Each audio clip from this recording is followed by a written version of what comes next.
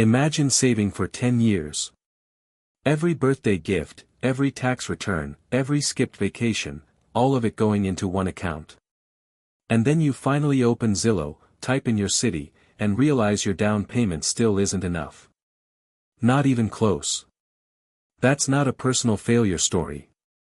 That's Tuesday for millions of Americans right now.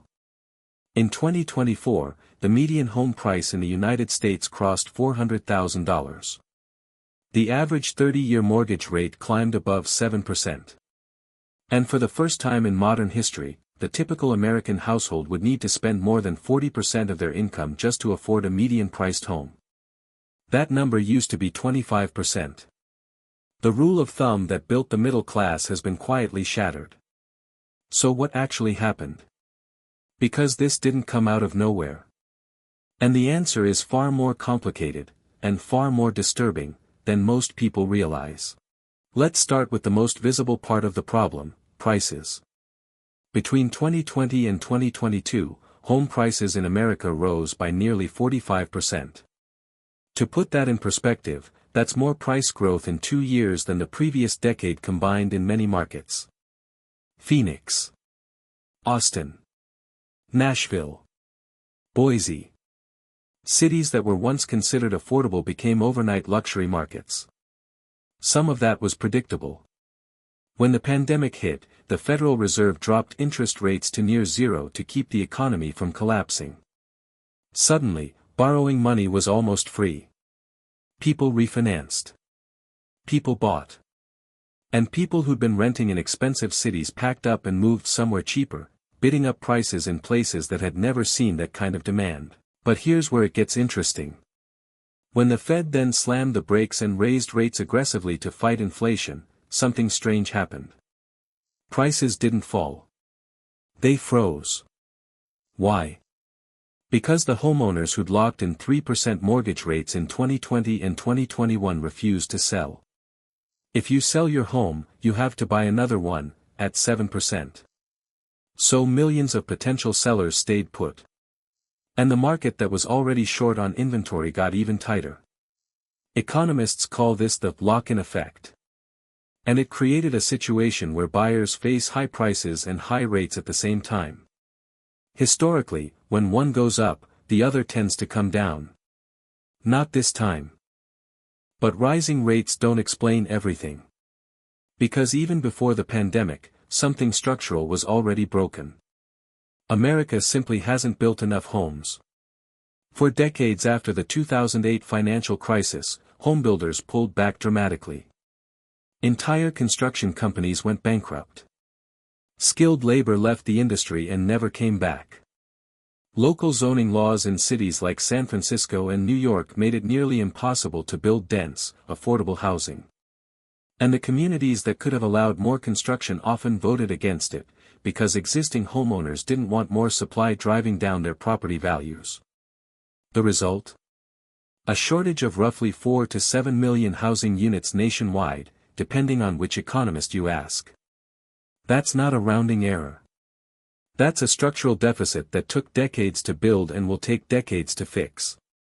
Supply and demand is simple economics. When you have millions of families competing for a shrinking pool of homes, prices only go one direction. And then there's a force most people didn't see coming. In the years following 2008, Wall Street discovered something: single-family homes were a gold mine. Large institutional investors, companies like Invitation Homes and BlackRock-backed entities, began purchasing properties by the thousands. Not to live in. To rent out.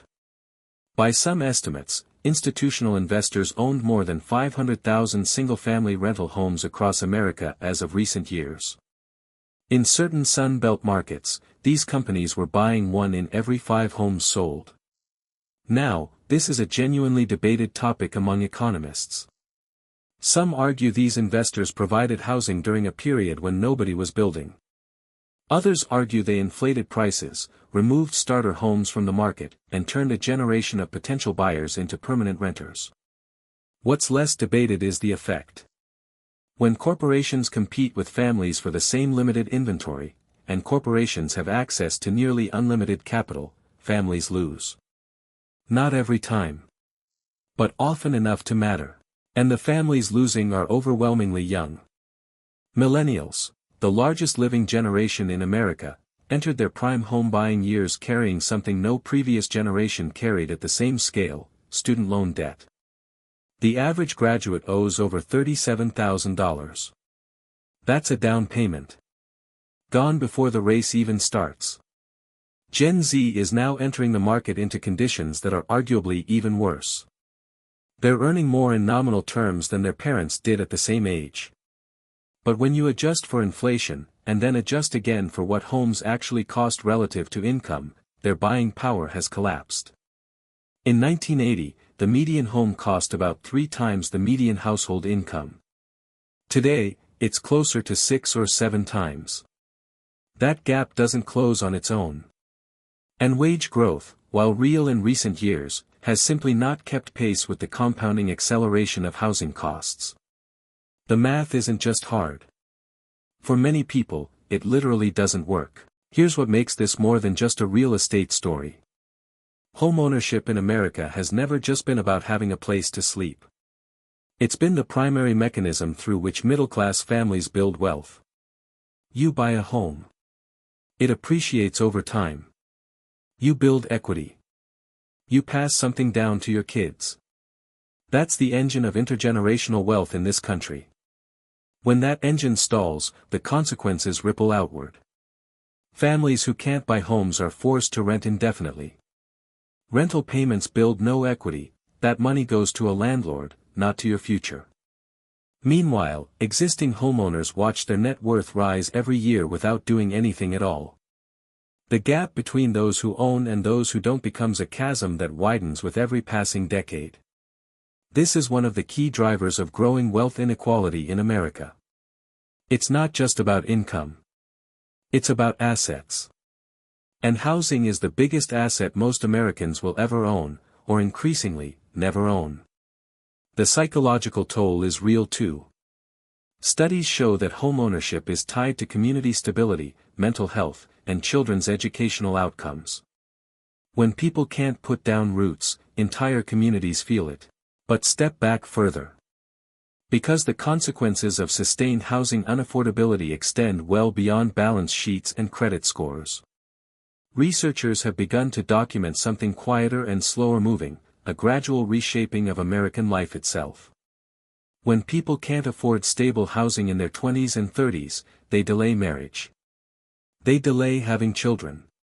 They move back in with parents longer than any previous generation has. And in some cases, they simply opt out of the traditional milestones entirely, not by choice, but by circumstance. If those trends continue and deepen over the next decade, the downstream effects could be significant. Slower household formation means slower demand for schools, local businesses, and the kind of civic infrastructure that holds communities together. A generation locked out of ownership is also a generation locked out of the single greatest wealth-building tool in American history, which means the wealth gap between older homeowners and younger renters could grow wider than anything this country has seen in the modern era. Perhaps most quietly consequential is what this does to social mobility. If buying a home increasingly requires inheriting one, or inheriting the money for one, then homeownership stops being a ladder and becomes a gate. And a society where opportunity depends more on the family you were born into than the work you put in is a society that has quietly abandoned one of its oldest and most defining promises. None of this is inevitable. But none of it is implausible either. So can this actually be fixed? Or is this just the new normal? Honest answer, there's no silver bullet. But there are real levers. The most widely agreed upon solution across the political spectrum is simply building more housing. Reforming zoning laws, reducing permitting delays, incentivizing construction in high-demand areas, these are unsexy policy changes, but they're the foundation of any long-term solution. Some cities are already moving in this direction. Minneapolis eliminated single-family-only zoning citywide. California passed sweeping housing legislation. The results are early, but cautiously promising. Some economists argue that institutional investor activity should face tighter regulation, limiting bulk purchases in certain markets or creating tax structures that discourage treating homes as financial instruments rather than places to live. This is contested territory, but the conversation is happening at the policy level. Down payment assistance programs exist at the state and federal level and have quietly helped millions of first-time buyers who didn't realize they qualified. But awareness is low and funding is limited. And mortgage rates, the sharpest short-term pain point, are tied to broader inflation dynamics that are genuinely beginning to stabilize. If rates fall meaningfully over the next few years, some of that lock-in effect could ease and inventory could finally return. None of these solutions are fast. None of them are painless. But the direction matters. And right now, more policymakers, economists, and cities are treating housing as a crisis than at any point in recent memory. Here's the part that stays with you. The American dream was never supposed to be a luxury. It was a promise, that if you worked hard, played by the rules, and saved your money, you could own a piece of this country. Not just rent it from someone else. That promise is not dead. But it's under serious strain for a generation that did everything right and still finds itself locked out of something their parents considered a basic milestone. The crisis isn't just economic. It's deeply personal. It's the couple who keeps delaying starting a family because they can't find stability. It's the teacher and the nurse in the city they serve who can't afford to live there. It's the quiet, grinding feeling that the system wasn't designed with you in mind, and maybe that's the most important thing to hold on to. Not anger. Not despair. But clarity. Because a problem this large, this structural, and this human doesn't fix itself in silence. It fixes itself when enough people understand it clearly enough to demand something different. The American dream was never a guarantee. But it was always meant to be within reach. The day it becomes something only inherited, and never earned, is the day something essential about this country changes forever.